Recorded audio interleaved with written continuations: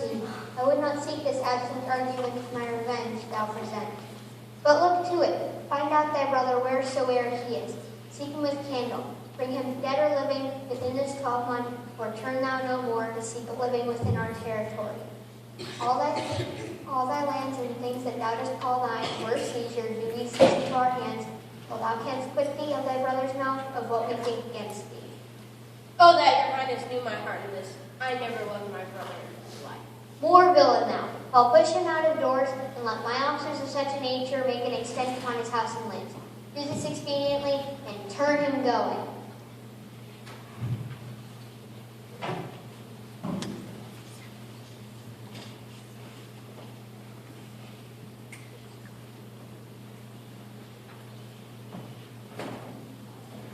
Hang there, my verse, and witness of my love. O Rosamond, whose trees shall be my books, and in their barks my thoughts I'll character. Run, run, Orlando, carve on every tree, fair the chase, the unexplosive sheep.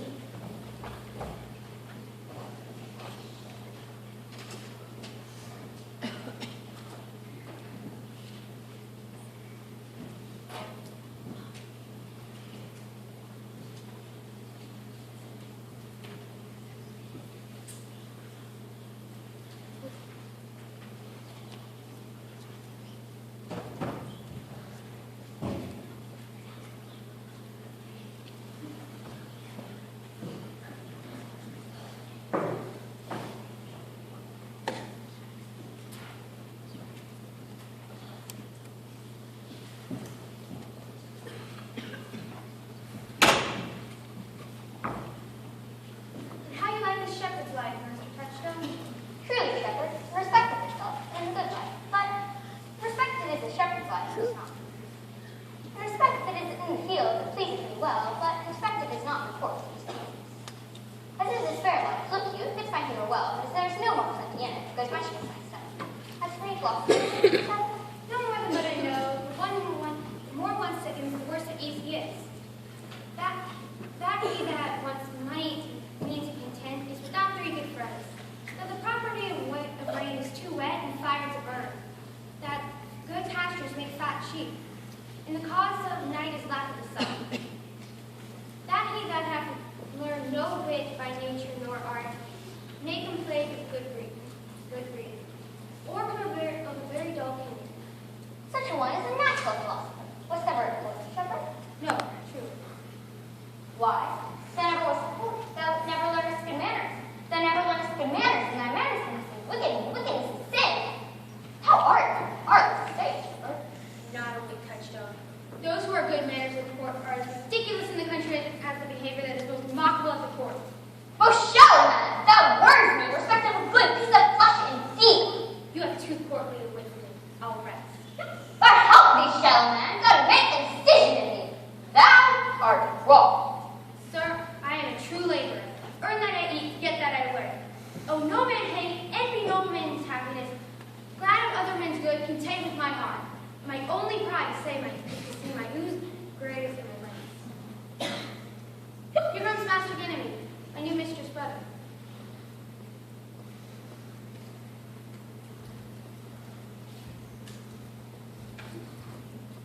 From the east to the western end, no jewel is like Rosalind. Her worth being mounted on the wind, through all the world there's Rosalind. All the pictures fair signed are but black to Rosalind.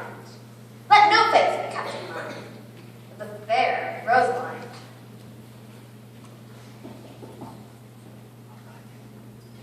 How rhyme you so 8 years together? Dinners, suppers, and sleeping hours accepted. I'm fool. Poor taste. If a heart do love mine, let him seek out Rosaline. If the cat will after time, still be sure Rosaline. Sweetest nut hath sourest rind, such a nut is Rosaline. He the sweetest rose will find, must find love's prick and Rosaline. This is the very bulk of the verses. Why do you infect yourself with them?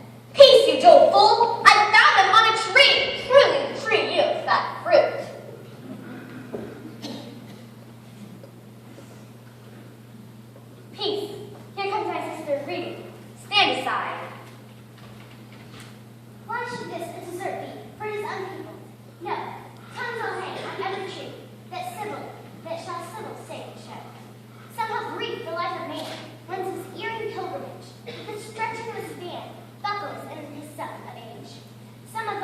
bows, twixt the souls of friend and friend, and upon the fairest vows, or at every sentence end, lie, Rosamond right, teaching all that right to know, the acquaintance of every spread. Heaven would in little show, therefore, heaven nature charged, that one body should be filled, with all graces wide and large, nature presently bestowed.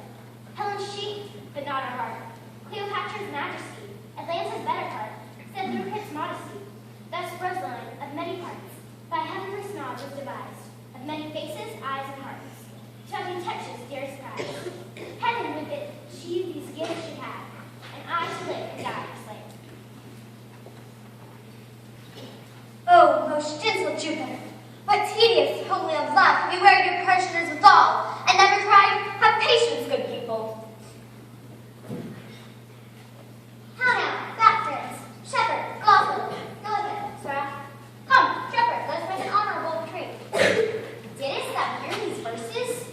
Oh, yes, I heard them all. But didst thou hear these verses, without wondering, how then you became angry carved upon these trees? Is it a man? In a chain he once wore about his neck. Change in color?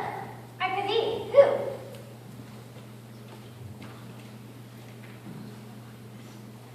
Oh, Lord, it is a hard matter for fence to meet, but mountains may be removed with earthquakes, and so accounted. Nay, I prithee, who? Is it possible? Nay, with the most petitionary vehemence, tell me who it is. Oh, wonderful, wonderful, most wonderful, wonderful, and yet again, wonderful.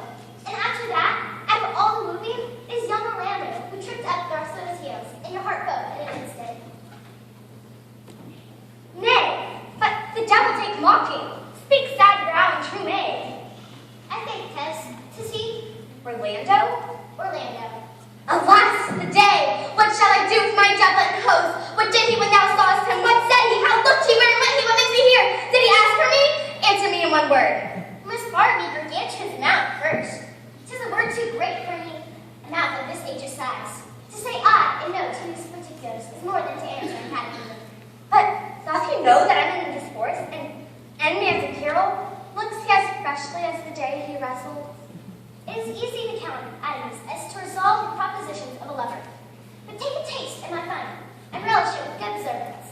I found him under a tree, like his Rob's acorn. It may as well be called Jove's tree when it drops forth such fruit. Give me audience, good madam. Proceed. There lay he, stretched long, like a wounded knight. Though it be a pity to see such a sight, it well becomes the ground. Cry hollow to thy tone, it commenced unseasonably. He was furnished like a hunter.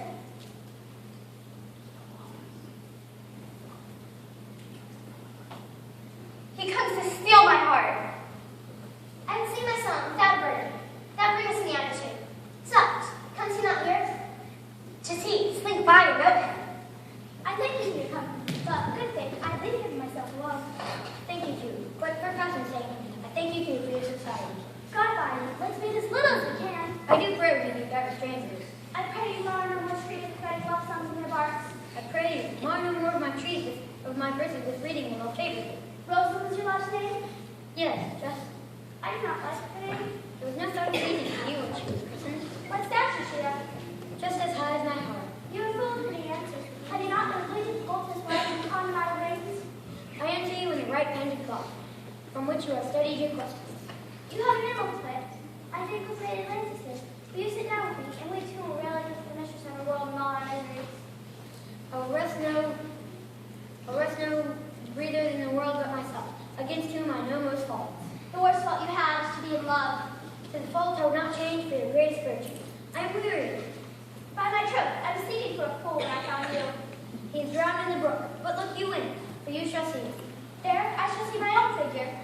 which I take to be either a fool or a cipher. I'll tarry no longer with you, good sign of love. I will bear no longer with you. I'm happy of your departure. Adieu, good Monsieur Melancholy. I will speak to him like a saucy lackey, and under the habit of fascinating him. Do you hear, Forester? Very well, what would you? I pray you, what is the o'clock? You should ask me what time of day. There's no clock in the forest. Are you native of this place? As the coney that you see, dwell where she is kindled. Your accent is something finer than can be purchased in such so remote a dwelling. I've been told so of many, but indeed, an old religious uncle of mine taught me to speak courted too well, for there he fell in love. Pray, recount some of the principal evils he laid on the charge of woman. There were none principal. Every one fault to be monstrous, till his other fault came to match it. Pray, recount some of them.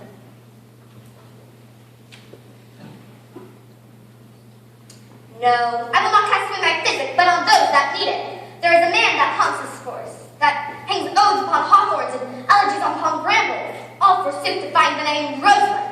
If I could meet this fancy monger, I would give him some good counsel, for he seems to have the quotation of love upon him. I swear to the youth, I am he, that unfortunate he. There is none of my uncle's marks upon you. Please, hear me, youth.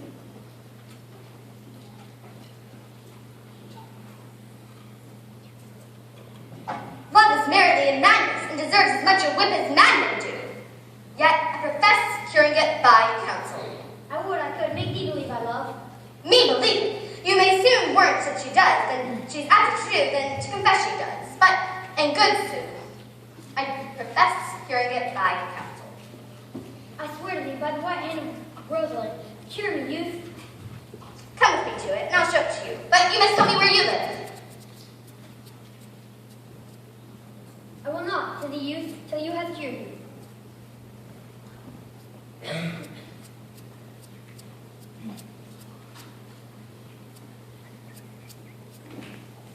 Good Audrey. Oh, but you good, Audrey. And how, Audrey? Am I the man yet? Doth my simple features exempt me? Your features? Lord warrant us. What features? I'm here with thee, my ghost, the most capricious poet, honest Ovid, is among the gods. Oh, now what ill-inhabited, worse than Job in match talks. But a man's verses cannot be understood, nor a man's good wit, secondly, the forward child understands. It strikes a man more dead than a great reckoning in a little room. Truly, I would the gods have made me poet. But, be it as it may be, I will marry thee. To that end I have been with Sir Oliver Markham, the vicar of the next village, who has promised to meet me here in this place of the forest and to come with us. I have paid to this meeting. Well, the gods give a story. Amen. A man may, who were of fearful heart, stagger us. For we have no temple but wood, no simply but one piece. But what have we though? Courage. This said, many a man knows no inner. As horns are odious, they are necessary. Right. Many a man who has good horns and knows no inner. Here comes Sir Oliver. Sir Oliver Marcus, you are well met. Will you dispatch us here over this tree, or shall we go with you to the chapel? Is it none here to give the woman? I will not take her on gift to any man. Tradition must be given if marriage is not lawful. See, I'll give her. Good evening, good master Witchcall. How do you do, sir? You're very well met, but ill news for your last company. Let me toy and here, sir. No, pray be covered. Will you be married, Motley? And will you, being a man of your breeding, be married under a bush like a beggar? Get you a church and have you a good priest that can tell you what marriage is. This fool will but join you together as they join wainscot. I'm not in mind, but I would better to be married of him than of another, for he's not like to marry me well, and not being well married, it would be a good excuse hereafter to leave my wife. Go thou with me, and let me counsel thee. There's no matter, ne'er fantastical name that shall thought me out of my call.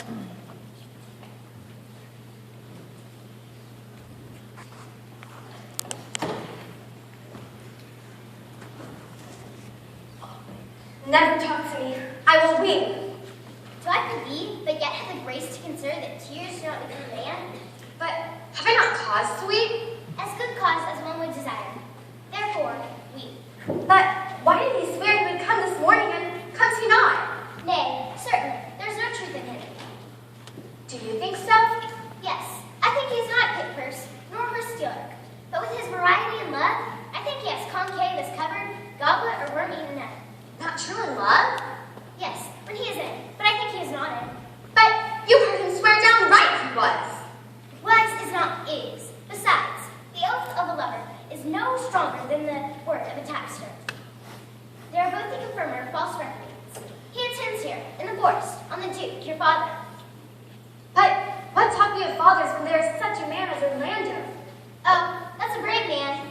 He writes brave verses, speaks brave words, swears brave oaths, and breaks them bravely. Quite traverse, Oswald of a lover. Now take... When all is brave, the youth mounts and folly guides. Look who comes here. Mistress and master is off the choir after the young shepherd is back playing love, who you saw sitting riding on the turf, praising the proud, disdainful shepherdess that was his mistress. Well, and what of it? If you will see a peasant truly play between the pale expression of true love and the red glow of scorn and proud disdain, go hence a little, and I shall conduct it, if you will mark it.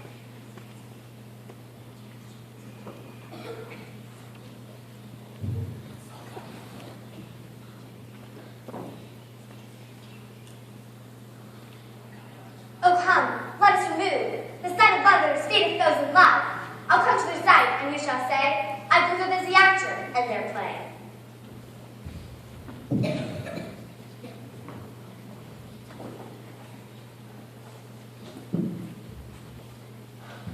Sweet Phoebe, do not scorn me, do not, Phoebe. Say that you love me not, but say not so in bitterness. The common executioner, whose heart the accustomed sight makes death hard. I will not be thy executioner. I fly thee, for I will not injure thee. Thou tellest me there is a murder in mine eye. 'Tis pretty sure and very probable that eyes, that are the frailest and softest things, who shut their coward gates among agonies, should be called tyrants, butchers, murderers. Now I do frown on thee with all my heart, and if mine eyes can wound, now let them kill thee. Why, counterfeit his wound, why now, fall down, and if thou canst not, oh, for shame, for shame. Lie not to say mine eyes are murderers. Show thy wound mine eye hath made in thee. Scratch thee but with a pin, and there remains some scar there, lean upon a wretch. The signature's incapable and pressure, thy palms the moment keeps, but mine eyes, which I have darted at thee, hurt thee not, nor am I sure there's force in eyes that can do hurt. Oh, dear Phoebe, if ever, as that ever made you near, you meet in some fresh cheek the power of fancy. But till that time, come not thou near me. And when that time comes, afflict me with thy mocks, pity me not. As till that time, I shall not pity thee. And why, I pray you? Who might be your mother? That can insult, exalt, and all at once. Over the wretched, must ye be, therefore, proud and pitiless? Why, what means this? Why do you look on me? No faith, proud mistress, hope not after it. 'Tis not your inky brows, your black silk hair, your bold eyeballs, nor your cheek of cream that can imitate my spirit to your worship. You foolish shepherd, wherefore do you follow her? Hunting like wind and rain. You are 1,000 times proper man than she a woman. And out of you she sees herself more proper than any of her lineaments can show her. But, mistress, know yourself, down on your knees. Thank heaven fasting for a good man's love. Cry the man mercy, love him, take his offer. Foul is most foul, being foul to be a scoffer. So take her thee, shepherd. Sweet youth, I pray you chide a year together, for I'd rather hear you chide than this man woo. He's fallen in love with your foulness, and she's fallen in love with my anger. I will sauce him with bitter words as fast as you sauce him with frowning looks. For no ill will I bear you. I pray you, do not fall in love with me, for I am falser than vows made in wine. For if you know my house, besides, I like not you not. For if you know my house, 'tis his cousin Olive's here hard by. Dead shepherd, now I find thy saw of might. Whoever loved that loved not at first sight. Sweet Phoebe, Ha, what sayest thou, Silvius? sweet Phoebe, pity me. For I'm sorry for thee, gentle Silvius. Wherever sorrow is, relief would be. If thou...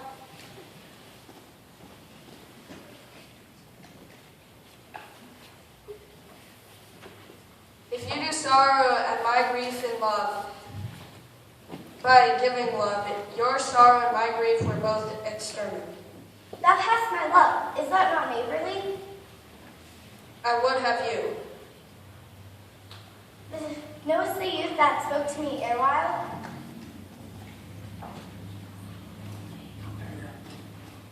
Not very well.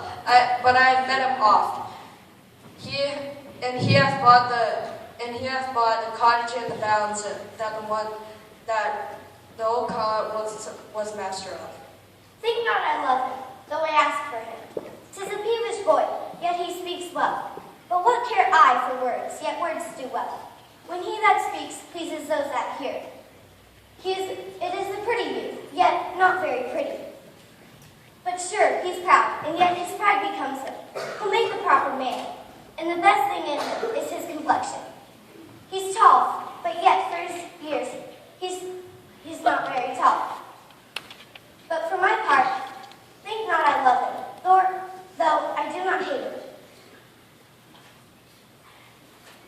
I have more cause to hate him than to love him. But what had he to chide at me? To say mine eyes were black and my hair black? I marvel why I answered not again.